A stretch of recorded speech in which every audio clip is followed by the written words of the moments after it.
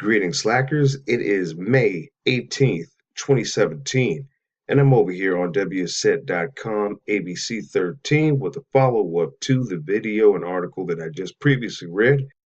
Group found guilty of luring man using a dating app to rob him at a hotel. And this is by Elizabeth Tyree. And this one has more details here as it goes into what went down. A Danville man has been found guilty of a scheme to use a dating app to lure a man and rob him. The Commonwealth's attorney says last July, Wilson Verts was one of 5 people who used the app Plenty of Fish to get a man to come to the innkeeper on Riverside Drive, where he thought he was meeting a woman for sex.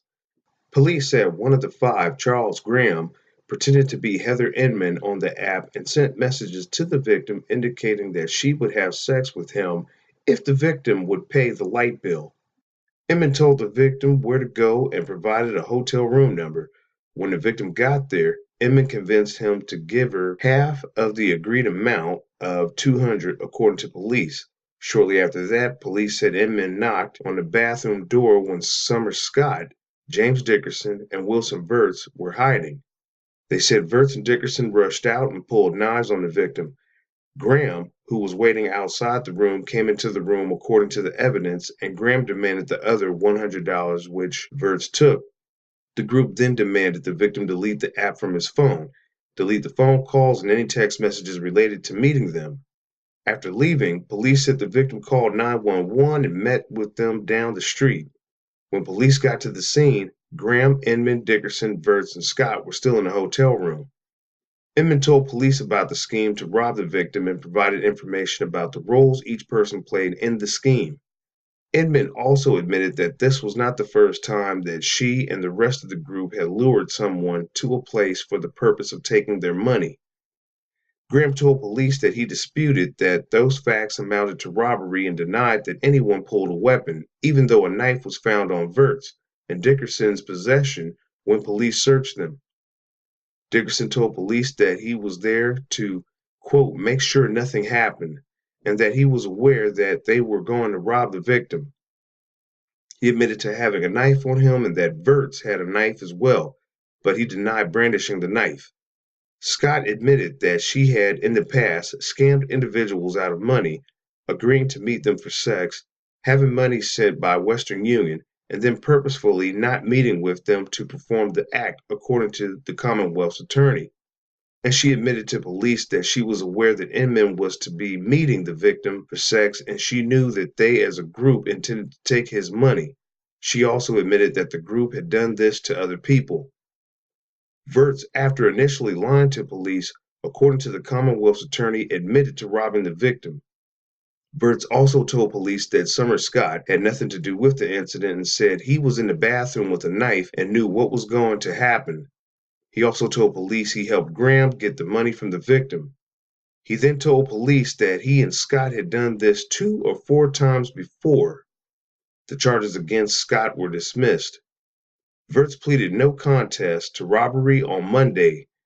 Dickerson was found guilty of robbery on Friday. Inman was found guilty of robbery and conspiracy to commit robbery last Tuesday. And Graham was found guilty of robbery and conspiracy to commit robbery on Thursday. They are all set to be sentenced on April 26th.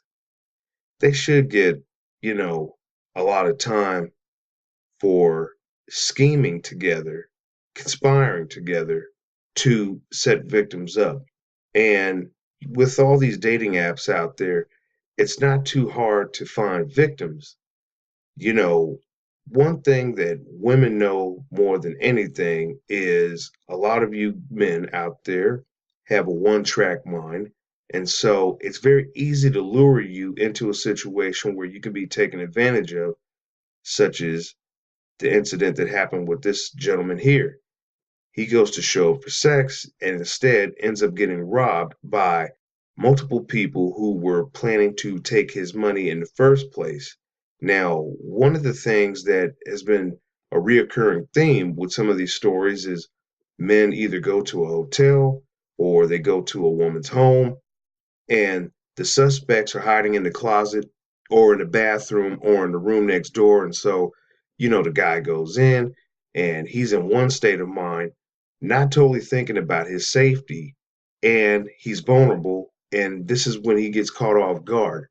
So for you guys out there who are thirsty, who are looking for some easy action, you might want to reconsider and most definitely do some more thinking about this before you go and meet up with some woman that you've met offline on a dating app, because you could be a victim.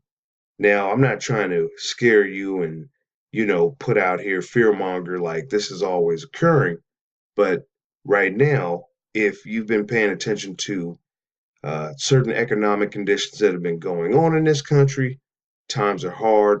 A lot of people are out of work. And so some people put the scheme together thinking it's an easy idea and a very easy way to come up on money. And 9 times out of 10, it is, because this happens to a lot of men, and a lot of men are embarrassed. So they don't immediately go to law enforcement to report the incident to police.